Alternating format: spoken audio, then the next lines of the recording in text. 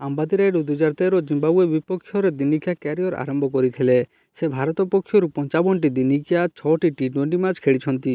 55ଟି ଦିନିକିଆରୁ 3ଟି ଶତକ ଓ 10ଟି ଅର୍ଦ୍ଧଶତକ ହାସଲ କରିଛନ୍ତି। ଟି20 ମ୍ୟାଚ୍ରେ ସେତେଟା ସଫଳତା ପ୍ରାପ୍ତ ହୋଇପାରିନଥିଲା। ସେ ଅନ୍ତର୍ଜାତୀୟ କ୍ରିକେଟର ଅପେକ୍ଷା ଆଇପିଏଲ୍ରେ ବେଶ୍ ଖ୍ୟାତି ଅର୍ଜନ କରିପାରିଛନ୍ତି।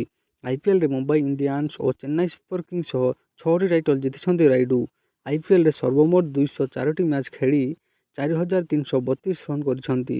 ବ୍ୟାଟିଂ ଆଭରେଜ୍ 28.31 ଥିଲେ ମଧ୍ୟ କ୍ରୁସିଆଲ୍ ସିଚୁଏସନ୍ରେ ରନ୍ ସ୍କୋର କରିବା ହିଁ ତାଙ୍କ ମହତ୍ତ୍ୱକୁ ଦର୍ଶାଇଥାଏ।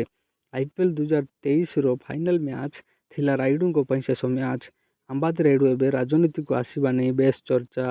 ଆନ୍ଧ୍ରପ୍ରଦେଶ ମୁଖ୍ୟମନ୍ତ୍ରୀ ଜଗନମୋହନ ରେଡ୍ଡୀଙ୍କୁ ଏକାଧିକ ଥର ଭେଟିବା ପରେ ରାଜନୀତିରେ ଇନିଂସ ଆରମ୍ଭ କରିପାରନ୍ତି ବୋଲି କୁହାଯାଉଅଛି। ରାୟୁଡୁ 2024 ଲୋକସଭା ନିର୍ବାଚନ ଲଢ଼ିବା ପାଇଁ ମନ ବଳାଇଥିବା ଜଣାପଡ଼ିଛି। ଆପଣମାନଙ୍କୁ କ'ଣ ଲାଗୁଛି? ରାୟୁଡୁ ରାଜନୀତିକ କ୍ୟାରିୟରରେ ସଫଳତା ପାଇବେ କି ନାହିଁ କମେଣ୍ଟ କରି କୁହନ୍ତୁ।